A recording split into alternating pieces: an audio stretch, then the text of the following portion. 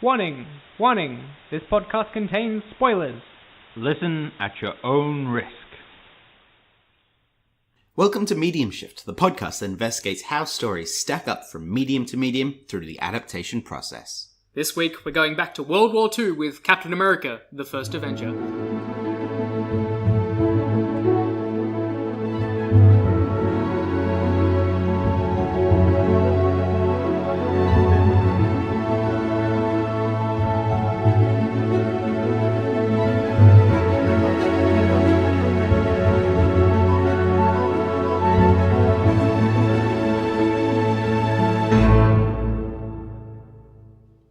Welcome to Medium Shift. I'm Chris. And I'm Ev. And this will be the first episode in our first ongoing series we have titled Evansfest, where we look at all the adaptations surrounding our favourite blonde-haired, blue-eyed super soldier, Chris Evans. We are starting today with Captain America, the first Avenger.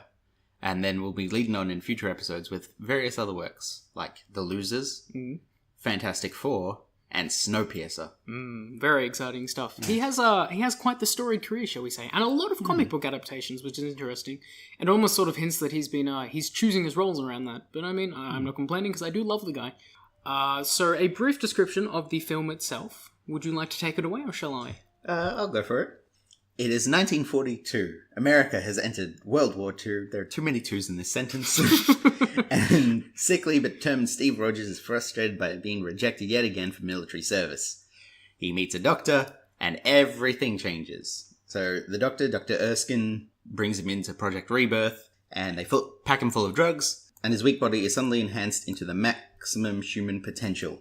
Then Dr. Erskine is immediately assassinated by Nazi Germany's secret Hydra research department, and Rogers is left as the only man with the super soldier serum inside of him. And then he becomes basically a propaganda mascot, and then goes off to fight as Captain America against the evil Red Skull. Huzzah! Over the Tesseract, should also point out. Yes, the Tesseract will become a major player in the Marvel Cinematic Universe. It does make things hard, honestly, to talk about this film alone, because obviously it's part of, the MCU, and this was off the top of my head, I believe the 5th Marvel Cinematic Universe film at this point. Iron Man 2, Incredible Hulk, Thor, Captain America. So the 5th film, and then leading directly into the Avengers, which is obviously in the title. So moving on from there, what do we think of this movie then? Just to get general critique out of the way. Look, like you said, it's hard to compare to the rest of the MCU, so that's sort of what I'm doing now. And it is one of the weaker ones of the MCU, I find. Like, this is in comparison to all the stuff that has come afterwards. Of the first 5, I'd probably say it's probably the second. Behind Iron Man 1. Yep, I'd agree with that. It is, by itself though, it is a good movie. It has a very good character arc for Steve Rogers, going from a scrawny kid with a whole lot of heart to suddenly being able to live up to that potential, to suddenly being the only one, and then being a propaganda machine, and then trying to find himself. So even though he gets everything that he needs, he kind of loses that heart and has to try and find that again. Yeah, no, it's a good summary. I would relatively agree. I think it's maybe a little bit better than that, honestly. It's definitely one of the weaker entries of the MCU, but I do think, in a way, it's also strangely underrated. I feel like people overlook this movie a little bit too much, because honestly, I think it does a really good job of not only making sort of like a campy, serial action adventure from the 40s, like sort of even reminiscing in the same way Indiana Jones does, but also introduce Captain America to the mainstream. And, considering how big an icon he is now, I think that's a really impressive feat. And they do a really, really good job of, as you're saying, like, setting him up with an interesting character arc and an interesting character and an actual, really good lead and so on and so forth. So, yeah, I think it's good. I don't think it's anything special, but I do think it's just a really solid action movie. And in many respects, that's, the MCU owes it a debt of gratitude. I think the reason I sort of look at it as a bit weaker is mainly because of that third act. I find that was a bit weaker to its possible potential, especially the final climactic fight between Captain America and the Red Skull. I just found that lacking. Everything before that, leading up to how Steve Rogers transforms, his training, his run on propaganda, him going out by himself, rallying the Howling Commandos, all of that lead up, and yet not a whole lot of interaction with Red Skull as much as possibly could have been into that final fight, and then there's a bit of a Tesseract issues, and he's disappeared. And now he's crashed into... Captain America has to crash a bomb into the ice. And becomes a capsicle. Yes. Yeah. The wonderful capsicle. Honestly, I could probably agree with that. I feel like a lot of the early MCU movies have sort of that third act climax problem. I think that's actually one of the weaker parts of the first Iron Man movie. Incredible Hulk, I'd say, probably has a pretty good one. Thor's a bit lackluster. Iron Man 2 is just a forgettable movie overall, unfortunately. So I can definitely see that, but I still think there's enough really good stuff here, and really, really good casting in many respects, to elevate that, basically. So, again, leading back to the MCU, it relates itself back to the Iron Man before, with the character of Howard Stark and Agent Peggy Carter as the two underlings? No, that's... supporting characters, shall we say. So it does a very good job of sort of building a supporting cast around the movie that ends up going to do more things in the MCU. So, like, obviously, Howard Stark, who is played by Dominic Cooper. Yep. Obviously, goes on to be the father of Tony Stark, who's one of the big players of the MCU. Then Hayley Atwell, who plays Peggy Carter, goes on to have her own TV series and help found S.H.I.E.L.D. And even Sebastian Stan as well, who plays his sidekick Bucky, who obviously ends up going into, spoilers, for a twist I'm sure you already know about, into the Winter Soldier and, Captain America the Winter Soldier and then Captain America Civil War. So it does... Avengers Infinity War. Yeah, exactly. So it is interesting in that Marvel was very clever, especially sort of from the get-go, about integrating or setting up a really sort of smart framework of characters that they can build on from then on without it feeling... like forced in many respects. There are definitely elements where you're like, okay, you're trying a little bit too hard there to build the universe. I think the Tesseract in this movie is maybe the closest thing to it, sort of putting that MacGuffin in there that obviously becomes important in the Avengers. But aside from that, I think they've done a really good job of basically just establishing the characters and then forwarding their stories as we see more of the MCU from this movie. So, and a lot of that thing should go to the actors themselves. I mean, Hayley Atwell was absolutely fantastic. I don't think Marvel actually had plans to make an Agent Carter TV series until basically the love for her. Yeah, I think it was mostly on the back of her charisma, essentially. And then we had a Marvel one-shot, which sort of acted like as a pseudo-pilot going to that. And then once people really respond to that short, we ended up getting whole 2 seasons of TV show, which is great. I've seen the whole thing, the first season, a couple of times, actually. And it's really, really good. Yeah, season 2 falls off a little bit, and then it was cancelled after that, which is a shame. But I'd definitely suggest people who enjoy Hayley Atwell or the character or this film of definitely checking out the first season, because it does a really, really good job of acting like a pseudo-sequel to this movie. And it's always good to see a kick-ass female lead taking over a show. Yeah, that too. And she does a great job of it. I've been petitioning for Hayley Atwell to be the next Doctor Who for a long time. Sadly, that didn't happen with Jodie Whittaker, but who knows? We may get another chance in the future, because frankly, I think that would be the greatest casting in the world. I didn't know I wanted that until now, but I totally want that. Now that I've put that idea in your head, we've got to start a petition again. After Jodie Whittaker has had her 3 seasons. Jodie Whittaker is great as well, I should also say. Cool. I mean, I could go on with more of Doctor Who, because there was also the idea of Richard Ayoade playing the Doctor. Richard Ayoade? Moss from the IT Crowd. Really? Comedian. Yeah. Oh, Look at him in his other stuff other than the IT Crowd. Sure. And you'll get a better idea of why people thought that. I can kind of see that, actually. That would have been actually pretty cool. Yeah. I mean, I totally would have gotten behind that. Honestly, there's a lot of really great British actors and actresses out there that could become the Doctor. Yeah, so maybe one day. So moving on from this movie, obviously Captain America, like a lot of the Marvel characters, has a long and storied history, like actually starting out in the serials in World War II. I believe it was in Timely Comics he made his debut. I don't quite remember, but Timely Comics would move on to become Marvel Comics from there. And then he's had like a long history, obviously being part of the Avengers. Fun fact, actually, he's not a founding member in the comics initially. Yeah, that was the Hulk, but then the Hulk was kicked out because he was the Hulk. And then he was the first villain for the Avengers, effectively. Well, yeah, basically. And then ended up joining them in the end, which never really made a whole lot of sense. So, but then a couple of issues in, they ended up finding Captain America in the ice, thawing him, and then he becomes the de facto leader of the team, which is interesting. Frankly, I think the Avengers movie itself did a pretty good job of sort of integrating him as the major character, sort of bringing everyone together, but that's the way it panned in the comics initially. Well, there's also that point of necessity in this, in the idea that Marvel had sort of sent off most of their already established franchises to other studios because they were broke. Yeah. And then when they were trying to start their own, they had less of a pool to go with. And so they almost had to push these I would never say they would be great, but the ones that didn't have as much exposure outside of comics. Yeah, they were A grade in the Marvel Comics itself, but they never had mass appeal outside of the comics. Yeah, I've always had problems actually when people talked about the first Iron Man movie coming out, and there was this big headline, I remember once that film was announced, saying Marvel rolls out the B Squad. And that really bugs me, because sure, he doesn't have such a major presence outside of the comics, but he's always been a major player in the comics themselves. And every comic fan will be able to tell you that. Yeah. It just comes down to perspective of it. And then Captain America was part of that oeuvre as well. Like, people were familiar with Captain America. Like, I mean, most people knew the name of Captain America at the very least, but he's never had the big mainstream appeal of the X-Men or Spider-Man. And this was the movie who sort of put him on the map, which is, kind of crazy considering, how prominent a history he's had in Marvel Comics himself. So, do you have any sort of, background in reading Captain America comics, or...? As you know, I am a bit more of a DC kind of guy. But when I do read Marvel, when I first started reading comics, I knew I had to sort of get an idea of what I was going for. So I'd pick on a lot of the big arcs, and those happen to be things like The Winter Soldier and Civil War. Both, arcs which Captain America plays a very, very major role.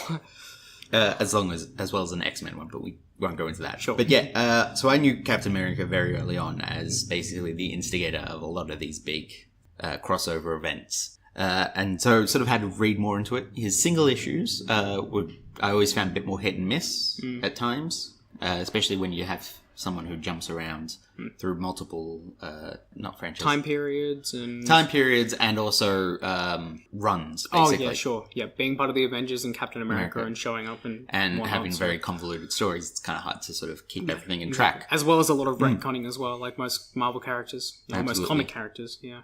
And the fact that he's become and then left and then become Captain America multiple times. We've had Falcon become Captain America. We've had all these other people become Captain America. So many Captain Americas. Yeah. Much like many Marvel characters, or many comic characters. He's had a long and storied past. So yes. Trying to get all that into one series, unless you sort of have that good starting, it's hard to get into, and I sort of missed out on that. But seeing him in all these big events, there was something about him that sort of, you get pulled into a weird charisma that a fictional on-page character has. Yeah, sure. No, I can sort of see that.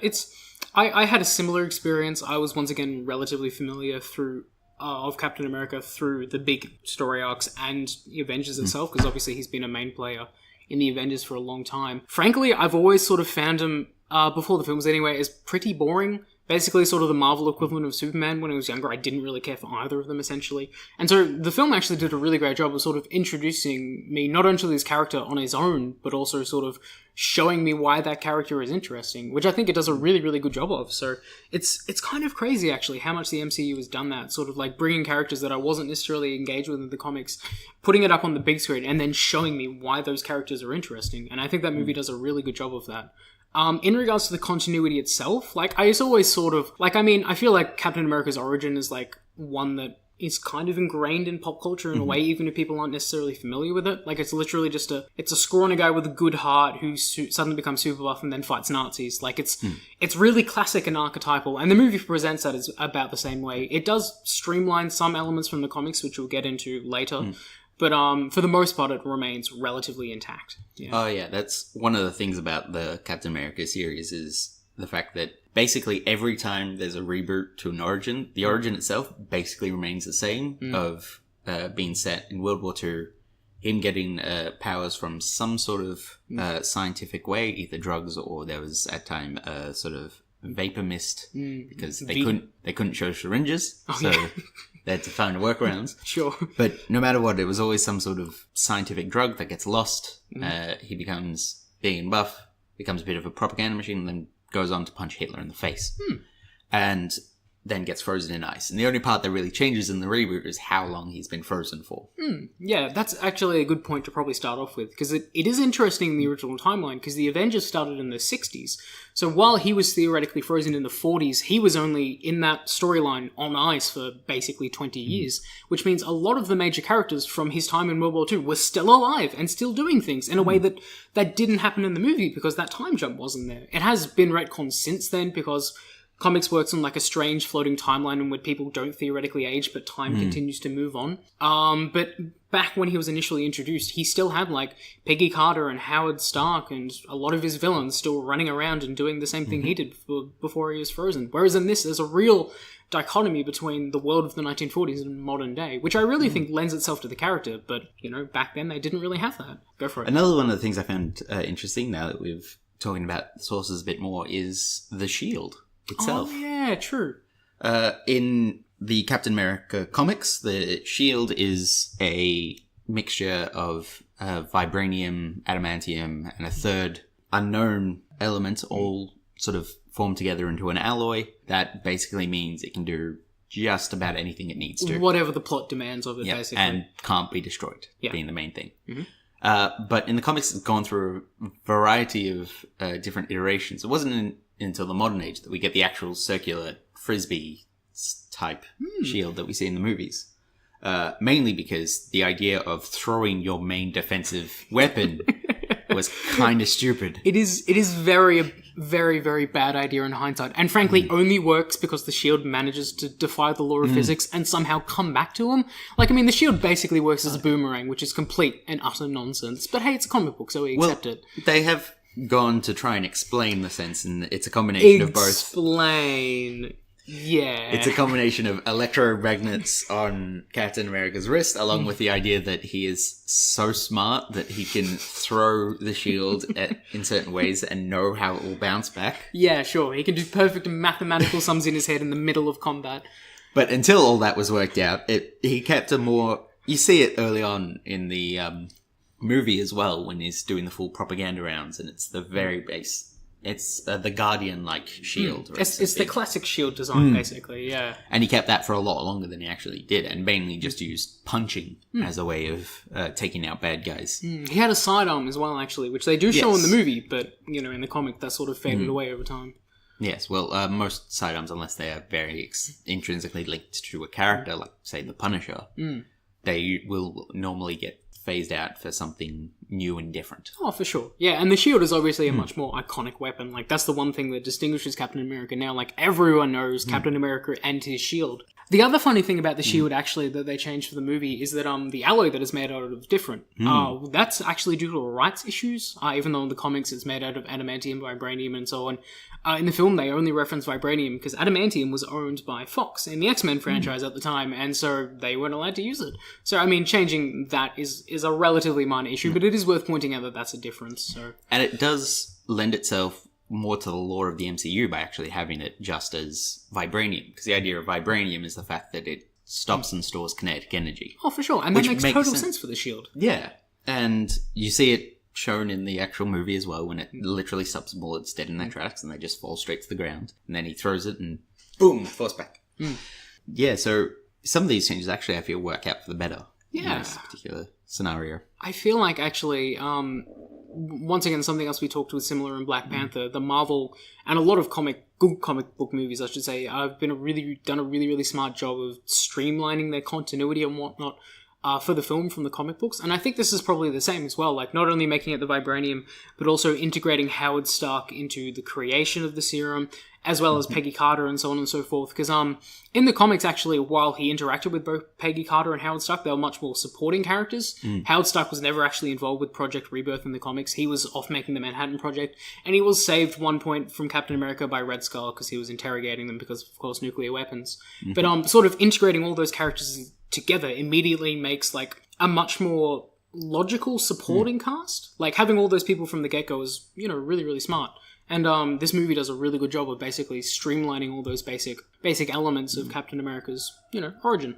And it allows for some great storytelling further on down the arc, where you have Steve Rogers meeting up with Tony Stark, the son of Howard Stark, and then them trying to... the daddy issues that Tony faces, and now he's meeting someone who knew him as a person in his young ages. It adds to the potential. Yeah, absolutely. Yeah, it goes back to what we were talking about again, where they're really, really smart in sort of setting the framework and then building from there, while still it feeling symbiotic and making sense. So, absolutely. Yeah, no, it's really good. One actual character that we haven't talked about too much so far that we should probably mention, obviously, is the Red Skull.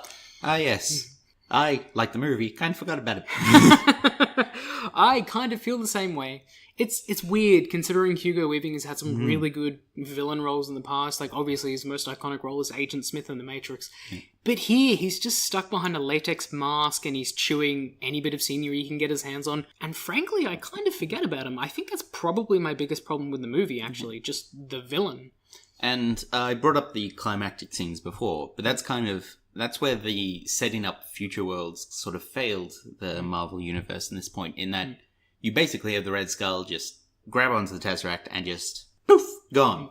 To space. To space, or whatever. Yeah. They don't really explain it, and it kind of leaves a bit of an anticlimax, I feel. You don't get that satisfaction you would have Captain America just punching this Nazi until he's defeated and locked away. It's just, he's there, he's gone. He's gone. And crashing the plane. Yeah, and that's basically it. It's a shame, really. And I suspect that moment was designed to set up something future that would happen. And it's possible it may still happen, but Hugo Weaving has sort of gone on the record that he wasn't not only particularly impressed with this movie, but also sort of the makeup and prosthetics he went through, and sort of hints that he doesn't really want to reprise the role. So honestly, I think it's kind of just a victim of unfortunate circumstances where they were trying to set up something that he may come back in the future. But because of the actor, that sadly cannot happen. And yeah, you're right though, it does really sort of lead to an anticlimax with the villain. You sort of want, you kind of want Captain America to be punching the Nazi and putting him in jail, not seeing the Nazi get warped away to a random point in space because he hold onto a glowing cube. So yeah, it's unfortunate. So I really feel like, yeah, that's probably one of the weakest points of the movie. It's probably worth noting if we want to go into the differences with Red Skull in the comics, and actually, Red Skull was not initially connected to Hydra, unlike the movie. Interestingly enough. So he was sort of like the right-hand man of Adolf Hitler, because of course. Yeah. And sort of worked as his basically main enforcer, and obviously the main antagonist to Captain America. But Hydra at the time was not connected to the Nazis at all. It was sort of like a secret organization that still existed during World War II, but didn't have anything to do with Red Skull himself. And I think that once again talks back to how well they did streamlining the universe and sort of integrating Red Skull to being the leader of Hydra. Not only allows you to introduce Hydra in an interesting way, automatically sets them up as a villain, because they're obviously Nazis, and then set them up so that they can be brought back in, future movies. So I think it does a really good job of that. And it basically leaves them to being less of the almost comic fodder that the actual Hydra gets in the comics at times. But one of the sidekicks of Deadpool is known as Hydra Agent Bob. Oh, yes. Oh, I know, it's true, Bob. right? Yeah, that's correct. Cool. That's correct. Yeah, there was even a reference to him in the movie. Yes, there was. So when you can have a henchman being the comedic sidekick to an already comedic character, you don't get that much intimidation. Now make him a Nazi, and that's a different story. It is interesting. It is also worth noting, actually, that Marvel's Agents of S.H.I.E.L.D., the TV series, does kind of retcon Hydra's origin, actually. And that in that show, it sort of reveals them to have actually been a super secret organization that has existed for thousands of years and was worshipping the first Inhuman and so on and so forth. It's not really necessary here, but it is also worth noting that they did sort of alter that continuity as the series went on. But at the same time, I think it does make sense and does a really good job of setting up Hydra as being the main antagonist of not only the Winter Soldier, but also sort of like a side villain in Age of Ultron, and sort of setting them up as a major pillar of the universe. So the other thing that's worth mentioning, actually, is another thing that I think a lot of Marvel movies have had a problem with, in that they've sort of made the villain basically just a mirror image of the hero. And in the comics, actually, Red Skull was never a super soldier or anything like that initially. He was just a really evil guy who sometimes wore a red mask and tried to kill Captain America with convoluted schemes. But in this movie, they intentionally sort of made him the first person that they tested the super soldier serum on and then failed. Basically, they're going for the classic sort of like mirror image of the hero and the villain. This is what they could be. But it feels very like much Kong versus Mecha Kong. Yes, exactly. Very much Kong versus Mecha Kong. And it feels kind of half-assed, and I don't even know if it really contributes anything to the character.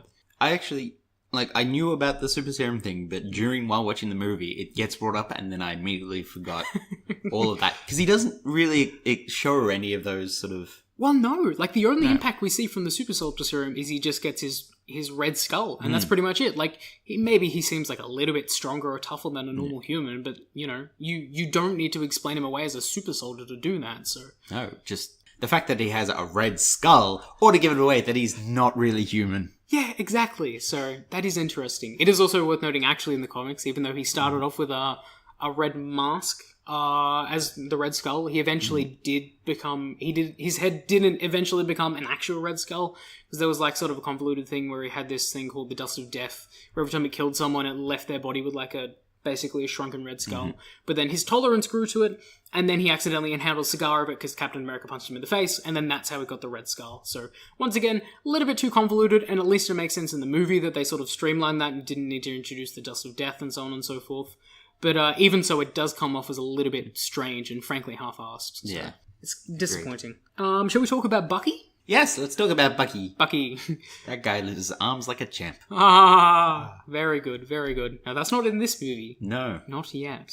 So once again, I feel like I'm a broken record on this, but they do another good job of streamlining the continuity and making Bucky a childhood friend of Steve. Whereas in the comics, he actually didn't meet him until he was well and truly established as Captain America, and sort of joined him as his sidekick in the Howling Commandos and so on. As a ward, kind of like Robin to Batman. Yeah, exactly. But in this, I think they do a really good job of actually setting up the relationship between the two, in that Bucky's always been the big, tough guy who's been protecting Steve.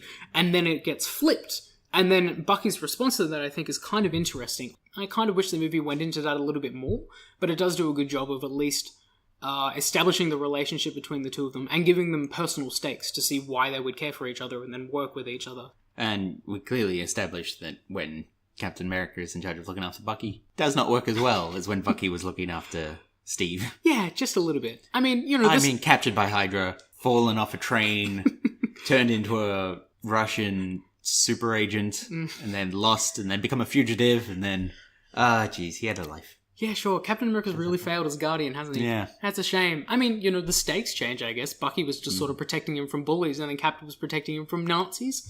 But, potato, potato. I don't think I can go around calling my schoolyard bullies Nazis. That might be a bit of a roundabout justification, unfortunately. Do you want to talk about Tommy Jones? Yeah, we can talk briefly about Tommy Lee Jones. Yep, so he is also from the comics as well. I think he's one of the characters that actually hasn't changed an incredible amount. Do you know much more about the General, or...? Not a whole lot. Basically, after Cap became the modern age, the General sort of lost to the annuals of time being brought up occasionally, but not a long-standing character. Yeah, well, this is obviously his only film role, like in the wider MCU, and I guess he still plays like a relatively critical... part, but he doesn't have sort of the same legs that Howard Stark and Peggy Carter did, obviously. And in that respect, like, Tommy Lee Jones is always entertaining at the very least. Like, he gets the funny one-liners like, I ain't kissing you, or let's go find two more, and so on and so forth. But beyond that, he's kind of just the stereotypical drill sergeant, basically, which is not necessarily disappointing. He's just not trying to be anything more beyond that, so, yeah. Well, he doesn't really need to be in this particular case. Well, yeah, exactly. He shows up, he serves a purpose, and then that's it. So now, we shall move on to Do It Differently. Jingle, jingle, jingle. Excellent. All right, so I believe it is your turn to go first this week. Fantastic, because I've got nothing. Oh, good. Well, I mean, not nothing. I do have little changes, ideas and stuff, but nothing really out there, because it is an origin story. And with an origin story that is this well-defined, you don't want to change it too much. And I feel all the changes they made to the original origin story probably improved the story in the long run. So it's kind of hard to sort of come at this with ideas on either small things change, which is just nitpicking, or taking it in a completely different direction. You can't really do either of those in this particular sense, like what we would normally do. I actually kind of found the same thing. This was tougher than I expected for a movie that I think is just good, but I couldn't see a whole lot of things that I would change with it, so...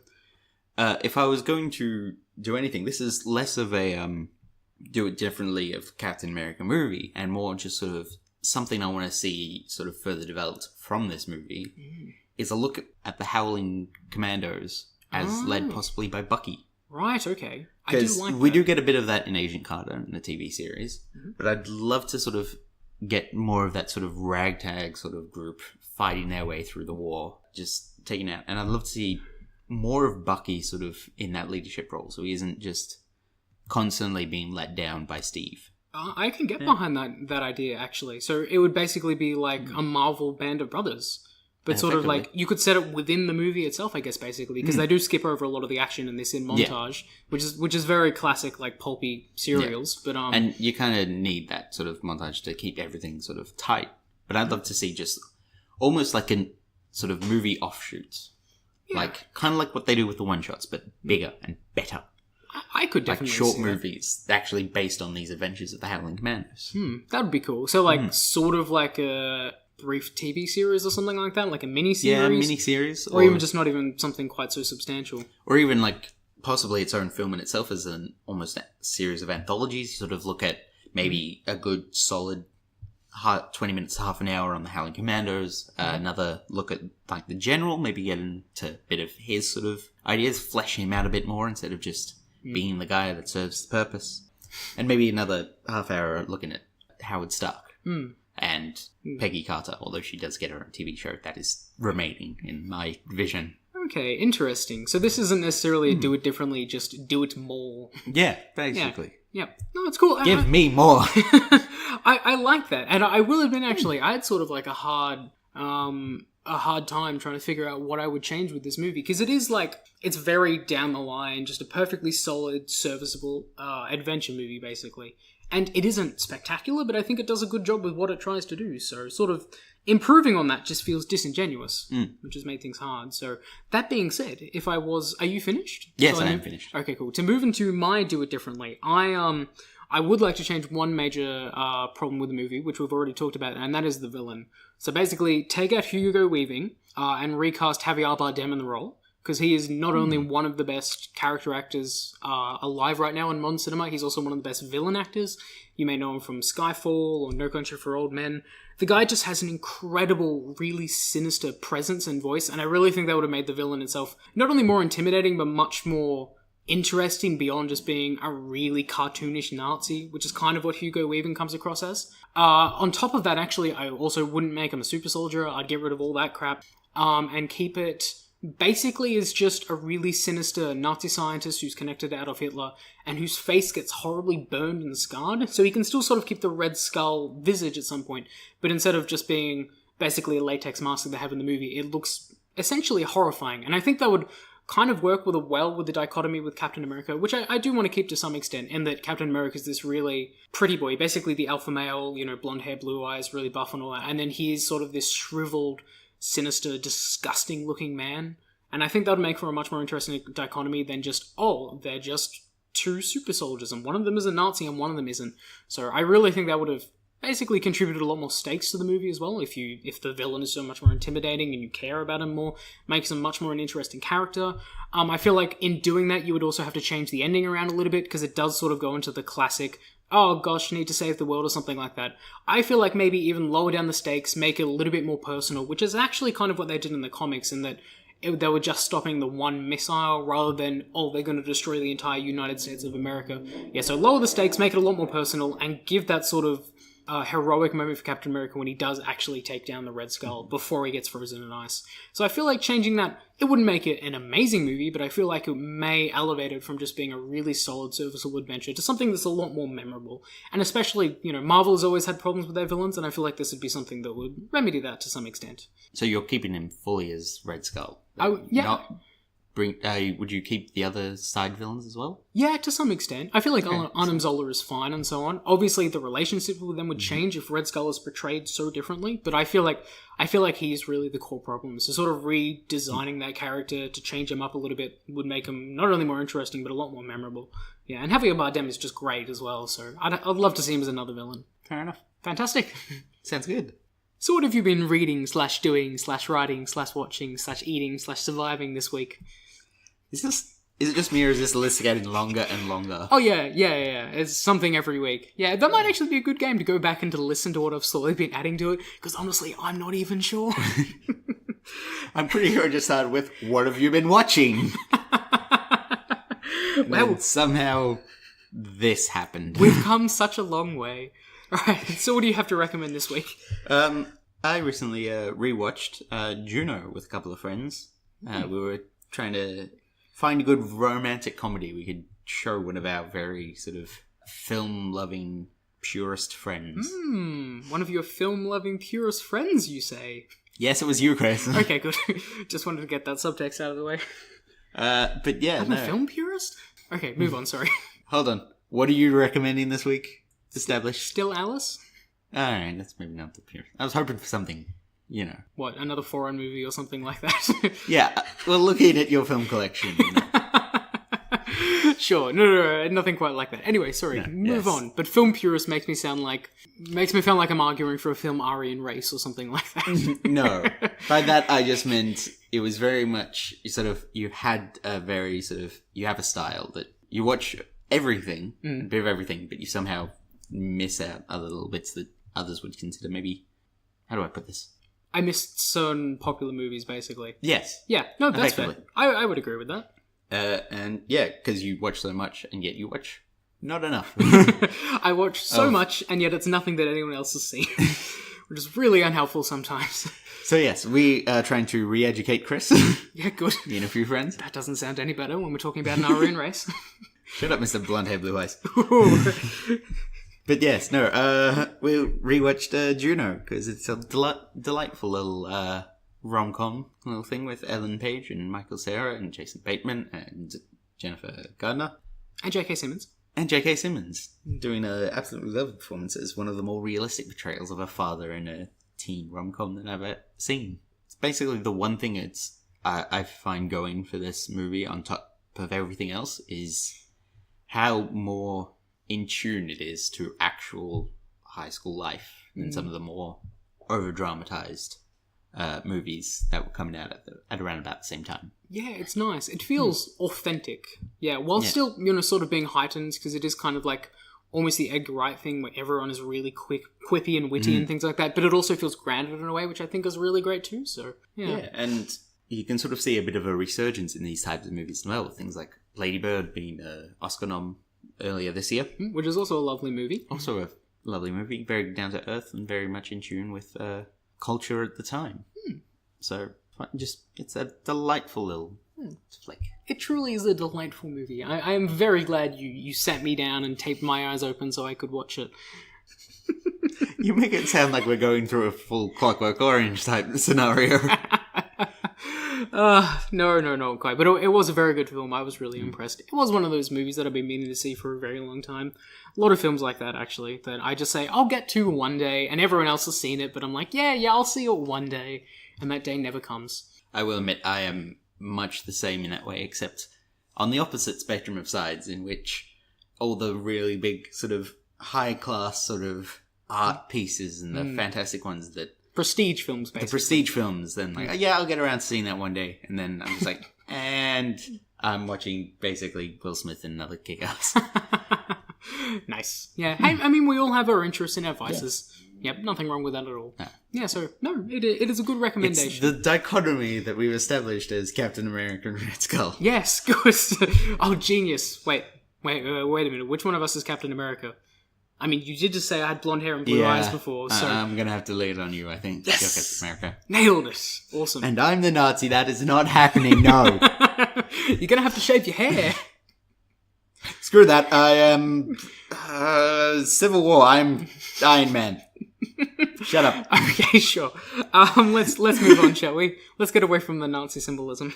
Yes. All right, so my film this week is actually is another movie I've seen that ironically does fit into that prestige drama sort of reference you were talking about, and that's an Oscar-nominated film from a couple of years ago called Still Alice. So Still Alice follows it's a linguistics professor who discovers that she has early onset Alzheimer's disease, and it basically follows her and her family about how she's dealing with it and their slow regression. And it's I was really, really impressed with this movie. Like, it is a hard watch. It's a very heavy drama, and particularly the whole concept of early onset Alzheimer's I find horrifying. And especially a character, this is obviously intentional, but a character that's so intelligent and so in tune with language, sort of slowly losing that over time and losing her intellect and sense of self, I find really, really distressing. So that being said, I will say this movie is not for everybody, because it is a really heavy drama, and I'm probably not going to watch it again, but I'm very glad I saw it at least once, because I feel like it does a really good job of portraying not only the disease, but also all the problems come with it, and it's a really, really fantastic movie for anyone who's interested in that. I would recommend it. Cautious recommend, because, yeah, it is a hard watch, but it is a fantastic movie. Thank you for listening to this episode of Medium Shift. You can find us at mediumshift@gmail.com. Feel free to send love, hate, Bitcoin, suggestions, so on and so forth. We'll happily accept all of them and respond to any that require responding. So until next time... Well, no promises, because, I like both my kidneys. Well, yeah, sure. Okay, we'll put a limit. We're not giving out body parts or anything like that. Alright, so next week we're going to be continuing Evansfest with a movie about a bunch of suckers. We're doing the losers. Yeah. See what I did there? Yeah. Makes sense? Yeah. Yeah, good. I was pretty pleased with that one. Okay. Until next time, fare thee well. Bye.